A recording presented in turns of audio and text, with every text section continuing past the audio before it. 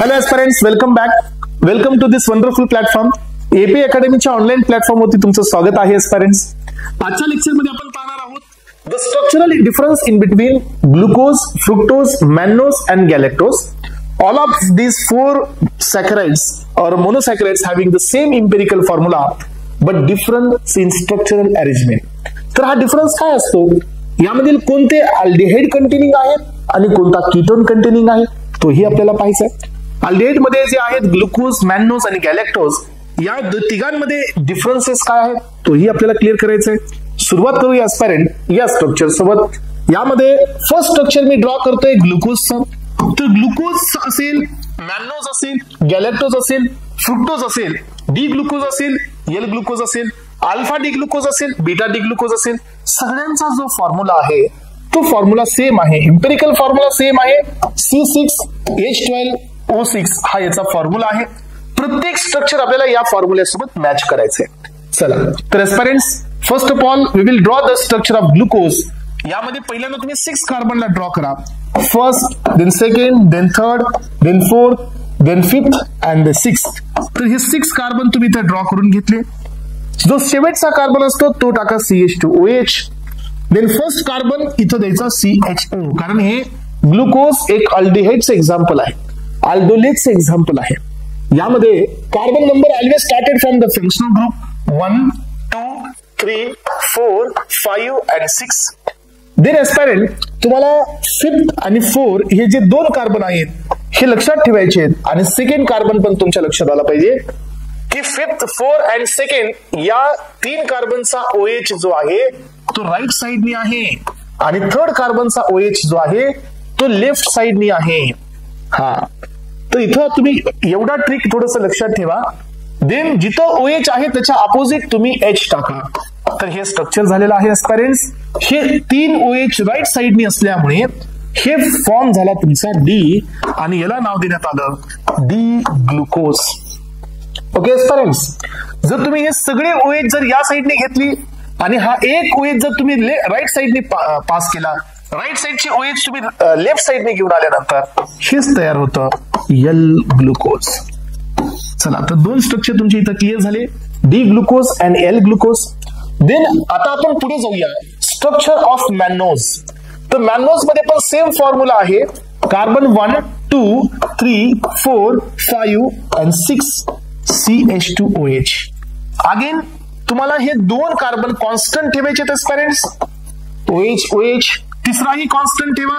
हा थर्ड नंबरचा जो H आहे हा you have to make one difference aspirant की कार्बन नंबर जो सेकंड आहे त्याचा जो OH होता तो ग्लुकोजचा राईट साइडला आहे, तर मॅनोज मध्ये तो OH तुम्हाला लेफ्ट साइडला घ्यायचा आहे.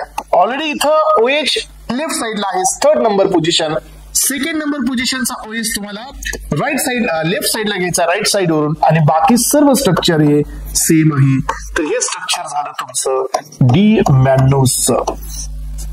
ओके, तर एस्पायरंट्स हा डिफरन्स असतो ग्लुकोज मध्ये आणि मॅनोजच्या स्ट्रक्चर मध्ये. So if you want L mannose तर काय करायचे सांगा, जेवढे तुमचे राईट साइडला OH आहेत ते लेफ्ट साइडला पास करा, जेवढे लेफ्ट साइडला OH आहेत ते राईट साइडला पास करा. So then you will get the L mannose. Then आता नेक्स्ट स्ट्रक्चर आपण पुढे येतोय तो आहे तुमचा गॅलेक्टोजचं. Carbon number 1, 2, 3, 4, 5 and 6 CH2OH. तर aspirant first number, second number, third number, fourth number, fifth आणि 6. मॅनोज मध्ये आपण फ्लिपिंग केली सेकंड पोझिशनची. तर या तुमच्या गॅलेक्टोज मध्ये लक्षात घ्या, गॅलेक्टोज मध्ये फ्लिपिंग करायची आहे 4 नंबर पोझिशनची. सो बाकी सर्व सेम आहे. ग्लुकोज मध्ये इथं OH आहे, इथं H आहे, इथं OH आहे. फक्त इथला जो OH आहे तिथं H घ्या, जिथं OH आहे तिथं H आहे तिथं OH टाका. बाकी सर्व आहे असं ऍज इट इज घ्या. तर एस्पायरंट हे स्ट्रक्चर तुमचं झालेलं आहे डी गॅलेक्टोजचं. This is the structure of D galactose. याला तुम्हाला एल गॅलेक्टोज मध्ये कन्वर्ट करायचंय. सेम फॉर्म्युला तुम्ही इथं टाका. जेवढे OH राईट साइडनी आहेत तेवढे OH लेफ्ट साइडला पास करा, जेवढे OH लेफ्ट साइडने आहेत तेवढे तुम्ही राईट साइडला पास करा. Then you will get the L galactose. तर आतापर्यंत आपण पाहिलं हे 3 शुगर हेक्झोजेस मध्ये आहेत आणि तिघांकडे ग्रुप आहे अल्डिहाइड. म्हणून ह्या तिघा जणांचा जो क्लास असतो तो असतो अल्डोलेजचा, ग्लुकोज, मॅनोज आणि galactose. There is a difference with respect to the fructose aspirant. त्याचाही फॉर्म्युला सेम आहे. सो फ्रुक्टोज मध्ये पहा 6 कार्बनच आहेत, आपण ते सर्व कार्बन ऍज इट इज घेतोय. 4 देन 5th आणि last one is 6 carbon aspirants. So यामध्ये जो सेकंड नंबरचा पोझिशन आहे एस्पायरेंट्स तिथं C डबल बॉन्ड O असतो. म्हणून फ्रुक्टोज हा एकच हेक्झोजेस आहे जो की कीटोन मध्ये येतो, कीटोजेस मध्ये येतो. बाकीचे सगळे अल्डोजेस मध्ये येतात, लक्षात ठेवा. आणि जर इथं आपण C डबल बॉन्ड O घेत असाल तर इथं तुम्हाला ऍड करावं लागतं CH2OH. बाकी सर्व स्ट्रक्चर ग्लुकोज सारखं सेम आहे. OH, OH, H, OH, H आणि H. तर याचा बी फॉर्म्युला तुम्ही कॅल्क्युलेट करा. 1 2 3 4 5 6 1 2 3 4 5 6 1 2 3 4 5 6 7 8 9 10 11 आणि 12. फॉर्म्युला तोच आला C6H12O6. ह्या चौघांचाही फॉर्म्युला सेम आहे एस्पिरंट्स, बट स्ट्रक्चरल अरेंजमेंट ही डिफरंट आहे. म्हणून हे एकमेकाचे लक्षात घ्या आयसोमर्स असतात आपण पाहतो, कारण यांच्यामध्ये अरेंजमेंटचा फरक आहे, फक्त मॉलिक्युलर फॉर्म्युला सेम आहे. सो यामध्ये तुम्हाला हे स्ट्रक्चर तयार झालेलं आहे डी फ्रुक्टोजचं. हे स्ट्रक्चर तुम्हाला एल फ्रुक्टोज मध्ये पण कन्वर्ट करता येऊ शकतं. सेम फॉर्म्युला, जे राईट साईडला OH आहेत यांना लेफ्ट साईडला घ्या आणि जे लेफ्ट साईडला OH आहेत यांना राईट साईडला घ्या.